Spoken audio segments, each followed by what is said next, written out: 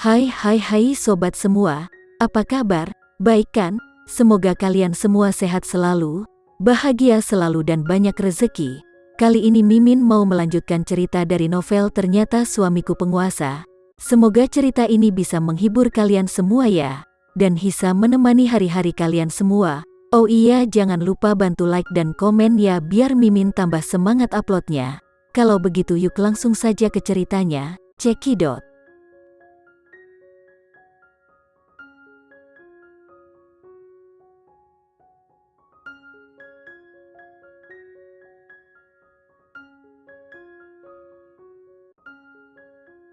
Putri menyukainya. Jawaban Randy sangat mudah.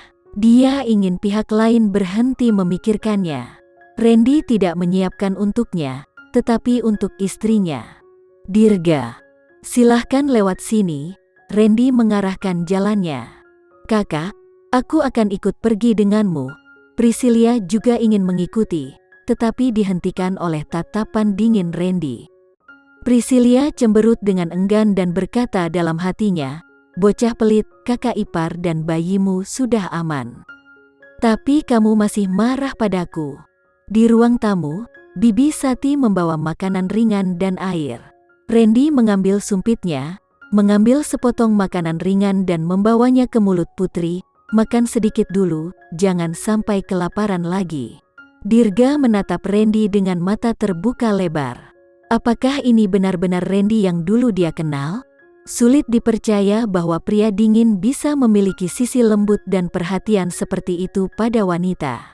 Dirga duduk di seberangnya, dan Randy menyuapinya, yang membuat Putri sedikit malu untuk membuka mulutnya. Putri berkata, "Aku tidak lapar. Jika kamu memiliki sesuatu hal serius yang ingin kamu bicarakan, maka aku akan keluar dulu." "Putri, kamu tidak harus keluar. Hal-hal yang kita bicarakan ada hubungannya denganmu."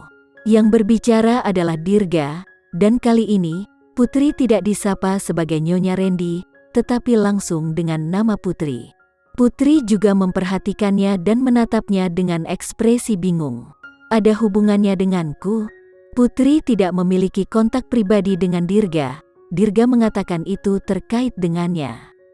"Mungkinkah aku sakit lagi dan aku tidak mengetahuinya? Jangan terlalu gugup. Dengan suamimu di sini, aku tidak akan memakanmu."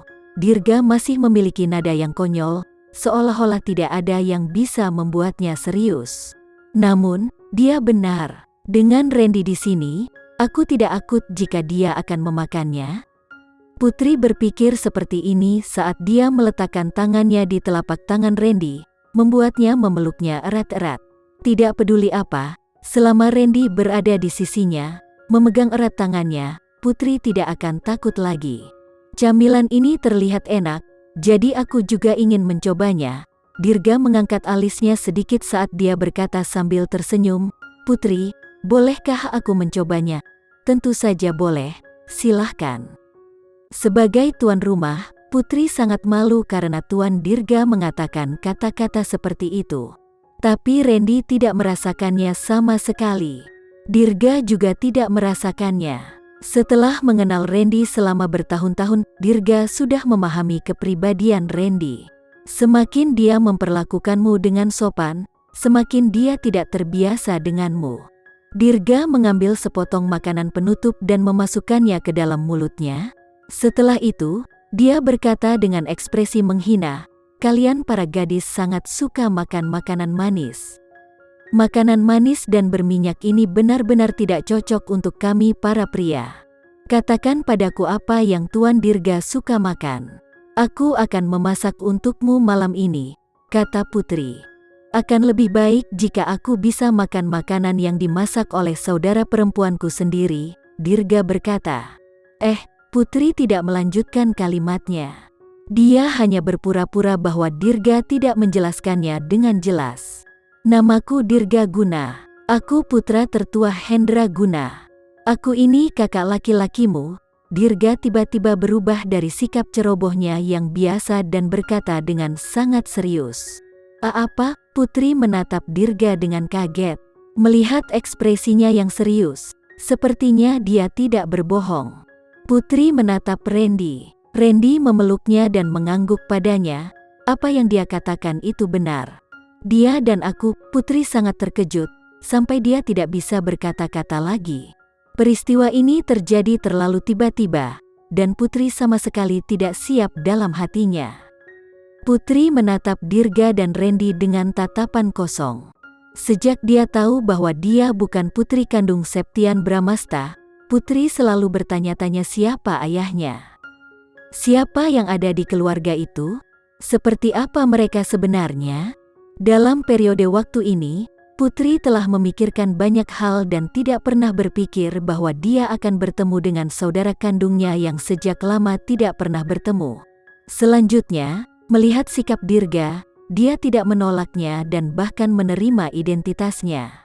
Setiap kali dia melihat Priscilia dan Randy, Putri akan berpikir betapa indahnya jika dia memiliki saudara lelaki yang bisa mengendalikan rasa sakitnya dan memanjakannya.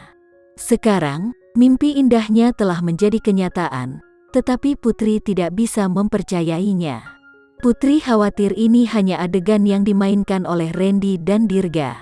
Mereka hanya berusaha memenuhi keinginannya dan membujuknya untuk bahagia. Putri tidak bereaksi untuk waktu yang lama. Randy agak khawatir. Apakah karena kejadian itu terjadi terlalu tiba-tiba dan Putri tidak bisa menerimanya? Randy menepuk wajah Putri dan berkata dengan cemas, "Putri, aku baik-baik saja." Putri menggelengkan kepalanya dan menatap mereka berdua. Setelah waktu yang lama, dia bertanya dengan hati-hati, "Apakah kamu yakin? Apakah kamu yakin aku adalah saudara tirimu?" Mereka tidak boleh memberinya harapan, mengecewakannya lagi, maka dia lebih suka tidak mendengar berita hari ini. Sangat yakin, Dirga memberikan sebuah dokumen kepada Putri dan berkata, "Baru 2 tahun yang lalu ketika kami pindah untuk membersihkan barang-barang milik ayahku, kami menemukan dokumen ini dan mengetahui bahwa kamu adalah saudara perempuanku. Aku juga mengetahui dari dokumen ini bahwa ayahku ingin membawa ibumu dan kamu kembali ke kehidupan baru. Tetapi sebelum dia bisa melakukan itu, dia meninggal dalam kecelakaan mobil. Jadi, masalah ini tertunda selama lebih dari 20 tahun. Putri membuka file itu dengan tangan gemetar. Hal pertama yang dilihatnya adalah foto ibunya dan seorang pria. Ibunya di foto itu masih sangat muda, dengan senyum manis dan bahagia di wajahnya. Dia terlihat sangat bahagia. Adapun pria di sebelahnya, dia melihat wajahnya yang tersenyum. Dia tampak tenggelam dalam pikirannya, tetapi tidak sulit untuk melihat kelembutan di matanya. Dia takut hanya pria yang jatuh cinta dengan seorang wanita yang memiliki tatapan seperti itu. Putri membuka dokumen itu lagi dan melihat surat tulisan tangan. Itu ditandatangani oleh seseorang bernama Hendra Guna. Setelah membaca dokumen-dokumen ini, Putri sangat terkejut dengan kata-kata di dalam dokumen itu. Jadi bahkan ibunya memiliki hubungan yang begitu indah, tetapi kecantikan itu semua dihancurkan oleh binatang buas itu, Septian Bramasta. Karena ibunya merasa bahwa dia tidak lagi layak menjadi kekasih masa kecilnya, dia menelan kepahitan di tenggorokannya dan kemudian, di bawah tekanan keluarganya, menikah dengan Septian Bramasta, binatang buas itu. Putri menarik napas dalam-dalam dan menatap Dirga. Putri membuka mulutnya dan ingin mengatakan sesuatu, tetapi tidak ada kata yang keluar. "Putri, tidak masalah apakah kamu mengakuiku atau tidak, aku tetap akan mengakuimu sebagai adik perempuanku," Dirga berbicara dengan sangat serius. Tapi tidakkah kamu akan menyalahkan ibuku dan aku?" Putri berkata dengan ragu-ragu. Bahkan jika ibunya dan Hendra Guna adalah kekasih dari masa lalu, setelah mereka putus dan menikah, mereka tidak akan lagi memiliki hubungan apapun. Beberapa tahun kemudian, Hendra Guna memiliki seorang anak dengan pendahulunya. Dalam keadaan normal, seorang istri yang sah tidak akan memaafkannya. Mengapa Dirga ingin merebut kembali adiknya untuk ayahnya? Putri tidak bisa mengerti, tapi Dirga mengerti apa yang ingin dia katakan. Dirga menghela nafas dan berkata, "Orang tuaku menikah demi kepentingan keluarganya. Mereka memperlakukan satu sama lain dengan sangat hormat setelah pernikahan. Kemudian, karena ibuku meninggal lebih awal karena sakit, ayahku tidak menikah dengan orang lain, sampai hal itu terjadi.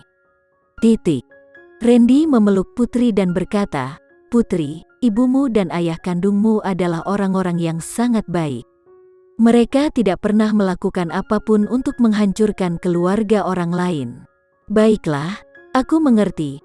Putri mengangguk dan tersenyum. "Terima kasih, Randy. Terima kasih Tuan Dirga.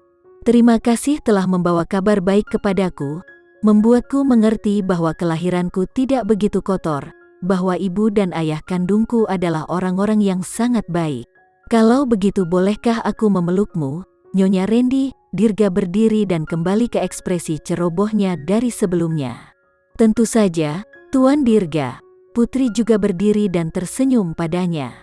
Dirga berjalan mengitari meja teh ke Putri dan memeluknya di bawah tatapan Randy. Dirga menepuk punggung Putri dan berkata, "Sekarang kamu juga memiliki seorang kakak. Jika ada yang berani menggertakmu di masa depan, hubungi aku dan aku akan membantumu."